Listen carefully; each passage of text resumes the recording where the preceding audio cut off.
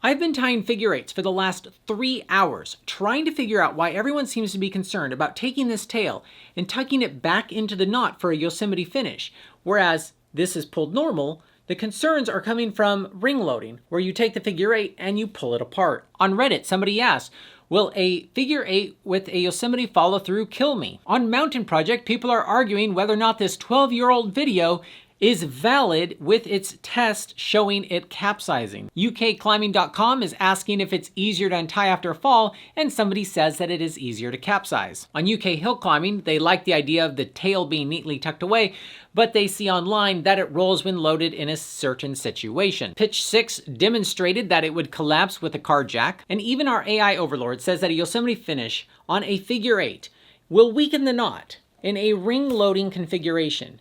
But I'm going to tell you in this video why I don't think it's that big of a deal, even though I can completely undo that knot by hand all the way down to the original figure eight, the part that you would trace after putting it through your harness.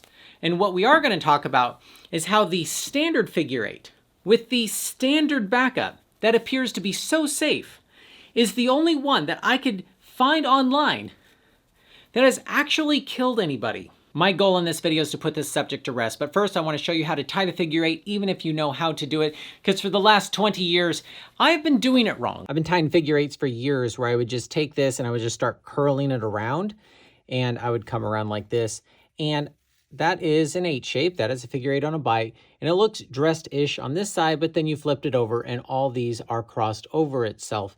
And this is not dressed. If you flip this up and twist these strands around, then you're going to have a dressed figure eight that doesn't get you trolled on the internet. You can slowly untie it and figure out where this part crosses, because it's that first twist that makes this whole thing possible.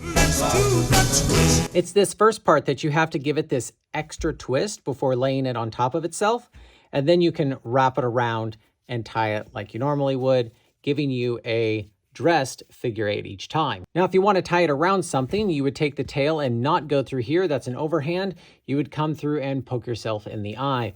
And then you have half of your figure eight. And after you follow through something, it'd be very tempting to go through this hole, but instead you want to shift that over and put it on the other side. Put that knot where you're going to want it when you're done, and you're going to trace this through. Once you're going to go through here, and it's nice to go take the tail above this part, which we'll go over why in a minute, and you follow this back through, and you're going to have a dressed figure eight when you are done. Does having a dressed figure eight make it stronger? Well, if you ask all the people in my comments for the years that I've been tying it wrong, apparently it does. But after being the guy who has tied it wrong and pulled tested and watched them all break personally, I don't think it does. And I wouldn't want to have to test a whole bunch of those and deviate from the point of the video, which is ring loading, just to prove that it doesn't matter. Or do I? Let's kick this horse as we go by. We tied dressed figure eights on both ends of 10 samples, and we pulled them to failure. And then we tied 10 figure eights undressed on both ends and pulled them to failure. But basically they're the same. Technically, they're like 2% stronger when they're dressed, but you can't make conclusions like that with knots unless you're breaking hundreds of them. Notice that the strongest sample we got was undressed, but then also the weakest ones we got were undressed. It was all over the board with undressed. It was a little bit more narrow with the dressed ones. If you need your knot to be stronger, use a bigger rope. And no, drop tests and slow pulls at the rate I pull my stuff has never shown me a difference in knot strength, and I'm not kicking that horse as we go by. But let's talk about where this load strand should be. Now, there's two ways your dressed figure eight can end up. You can have the load strand, this strand, come through and be here at the bottom, closer to the center of the knot, or you could have it come up and be at the top, closer to the loop. And there is a whole bunch of stuff on the internet debating this. Now, this idea was first introduced to me by Hard is Easy, where he made a video on how to tie the perfect figure eight. And the premise is that when the load strand is closer to the center here, it is easier to untie. Now, marking it with electric tape so you can clearly see the difference was an idea I got from Alpine Savvy's article, where he talks about some videos that are online where people do believe that it's easier to untie. And then he also shows Richard Delaney's video where Richard says that it doesn't really matter, and that they're both easy to untie. Well, I'm here to tell you that if you pull a figure eight hard enough, They're both hard to untie. So I'm going to pull this with it tied 2 different ways on both ends, and I'm going to pulse this to 4 kilonewtons 5 times, and then we're going to see if one is easier to untie than the other. You know what you call a hydraulic that slips? A cyclic loading machine. Another horse I'd like to kick before untying this is that a pulled knot is no longer a dress knot. Both these knots look like crap, and it's not just because the electric tape got all jacked up. This was correctly tied, and so this top one comes undone. Okay, that's great. Yay, that's about all I'm gonna get out of that one. This sucks. So easy to untie. Neither one of these are going to come undone. These used to be called figure 8s, but now they're called knife knots. If you want a knot that's easy to untie, tie a knot that is easy to untie. We're going to tie a figure 8 on one side and a bullet on the other, and I'm going to show you a cool thing.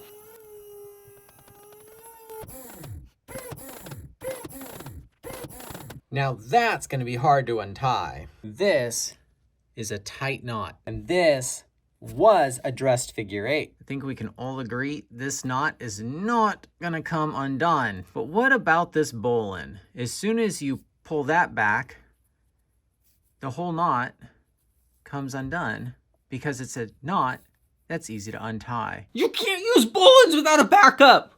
That's not safe.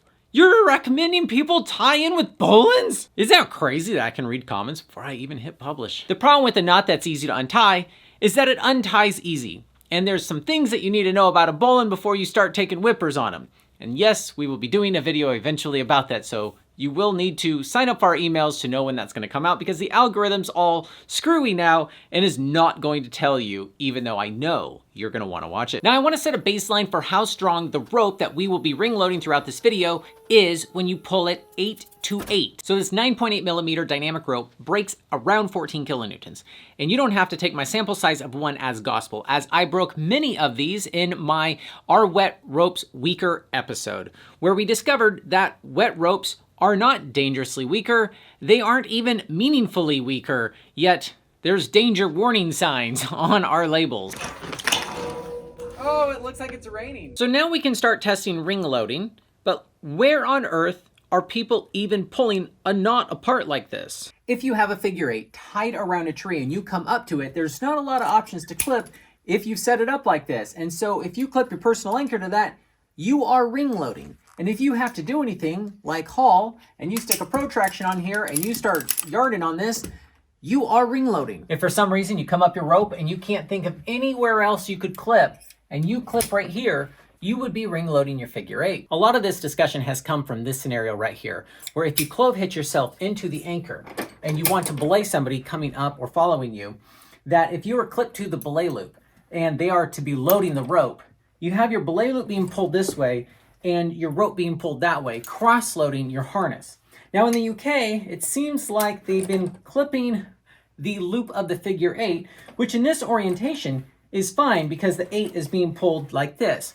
But if you are used to clipping the loop of your figure 8, and now you're belaying the leader, it's going to be ring loading. And if the leader falls, and they whip and whip and whip, they could cyclically load this 8, and if it collapsed once, and you had a Yosemite finish, that's where the problems start to happen. These poor horses I keep kicking as I go by. If I am P-bussing, belaying, leaning over, it's awkward and it's exhausting, especially when you gotta pull up the rope and there's drag. You can also just take the climber, redirect through your anchor, and now you're belaying a lot more comfortably. Now, when we do ring load a figure 8, how does it fail? We have a dressed but loose figure 8 here, and so if you were to ring load it, then you can collapse it. And once it's collapsed, and that has collapsed once, you have an undressed figure 8. And if you were to loosen it up again, so you can do it by hand, and you were to collapse it again, you have, wait for it, an undressed figure 8. And you can only do that so many times before your knot completely comes undone. Back to the original 8. Now, if you want to keep your figure 8 from collapsing, you can take the tail and tie a stopper knot or a backup knot. And this is commonly taught because of the collapsing issue. So no matter how loose I make this, and I go to try to collapse it, this stopper knot prevents that from going up inside. It is real hard while I'm trying to do the party trick to get that to collapse. If this stopper knot keeps this from collapsing, why does everybody tie it so far away? And the other concern is how many people have died from clipping this. I don't know why, but they do. And they lean back and it undoes itself because that's not what this is intended for. Comes undone, and we've had many accidents from that. However, I haven't read, at least online, of any accidents of doing a Yosemite finish like this and having it come undone. Now I can demonstrate this. This is what we did at the beginning of the video, is we put the tail through here, we pull it through here, and when we collapse it and it pulls that through, what happens is you don't have the figure eight anymore. You have this part of the figure eight, but you've already undone one wrap of it. This is supposed to be going through here. And if you were to loosen that just enough and collapse it one more time, you can see that it undoes itself. Now, what is the likelihood of that happening? We're going to pull test that and find out. But there is a better way to do the Yosemite finish. The better way to do Yosemite finish isn't to just go straight down that hole, but to go around the rope first. And if you go around the rope this way and straight down the hole, it's going to fall behind that rope. And so you go the other way. You basically continue to trace the figure eight and keep it dressed. So it's parallel here, it's parallel here. And the way you can test it is if you pull this strand and this strand, that it maintains its dressed form. Whereas if you were to pull the same strand, let's say you go the wrong way, you know you're supposed to wrap it around, but you don't know how, and you pull the two strands like this, you can see that it collapsed around itself and it's no longer dressed. So then if you go around the right way and you tuck it in here and you dress it properly, this is going to do the same thing when it collapses, except because it's dressed so nicely, it's less likely to collapse. And we'll test that in a minute as well. Now, why do people do this? So there's two reasons I like doing this. One is it gets the tail out of the way. If it's tied to me, then when I go to clip a draw or something, I can grab the rope and clip. I don't have a bunch of stuff going all the way up this thing that's in my way while I climb. And so it's nice and clean. The other thing is if it was a little bit looser, and I can maintain that, supposedly that's been easier to untie for me because I can pull this out and then I have a gap in my knot that I can wiggle. There's only one way to find out if that's true.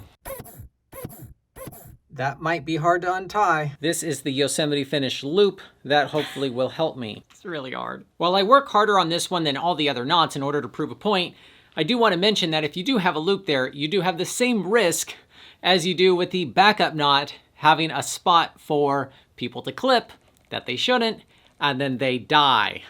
So let's see here. Just saying. I'm just saying.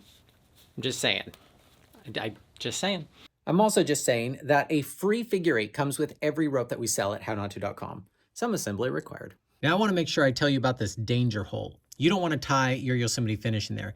If you tuck this in there, that's not the most dressed form of Yosemite finish. You could do it better. However, what you don't want to do is you don't want to use that hole. Obviously, if you stick this back in there, you're undoing your knot. But you might think you're not by going around this load strand and then tucking it in the wrong hole, which if you just pull it a little bit tight, you'll notice you just untied your knot and you no longer have a figure eight. And that might seem obvious in hindsight, but let me dress it and show you how it might pass a buddy check. If you were buddy checking me, would you pass this as safe? Because I just went through the top hole right here, and if it's dressed, it looks fine. But if you pull this, I just undid my knot. And that is not a properly tied figure eight, and my Yosemite finish is literally untying it. So this is dangerous. Be careful of the danger hole. So if you're going to tie a Yosemite finish, make sure you stay away from the danger hole, as my mom used to tell me. Let's start ring loading some figure eights. Here's the load strand and our medium length tail.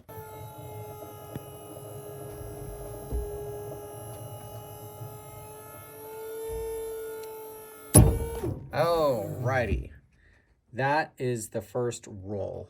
And you can see our tail is half as long now.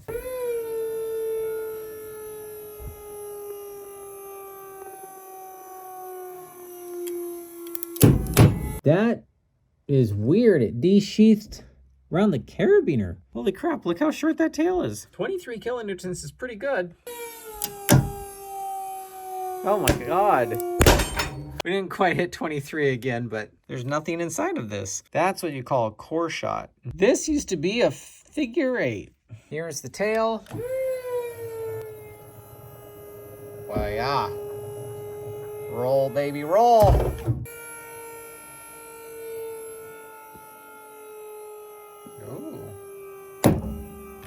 Did that roll? I think it rolled. Oh, that definitely rolled. Oh, that's so loud. Yeah, that's super good enough. I guess this sample wants to be on our fancy wall. This one has a backup knot.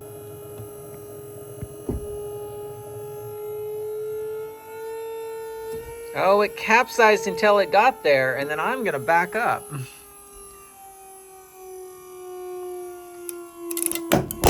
Yeah, we're getting some pretty consistent results. Maybe I should put these on later. Step 1 to being safe is have the safety gear. We'll work on step 2 later. As long as that backup knot gets sucked up into there, it will prevent it from capsizing more. But if your backup knot is really far away, if you see somebody with their safety tail this far away from the knot, just make sure they're not clipping this.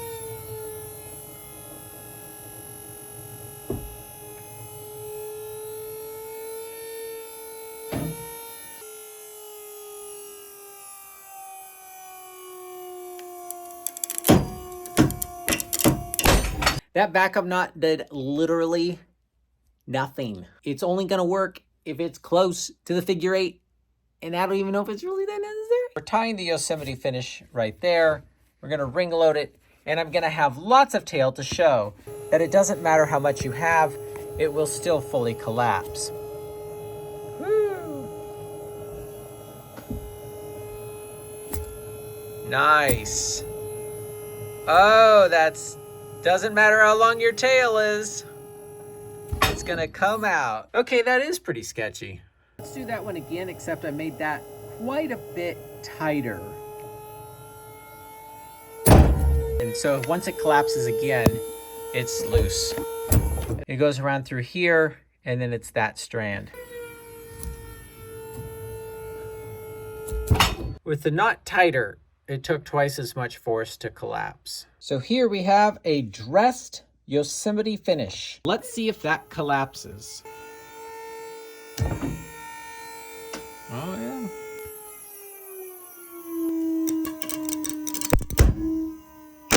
Hey, look what happened. It rolled once, but it really just binds up. It's not science unless it's a sample size of 2. Here is another dressed Yosemite finish.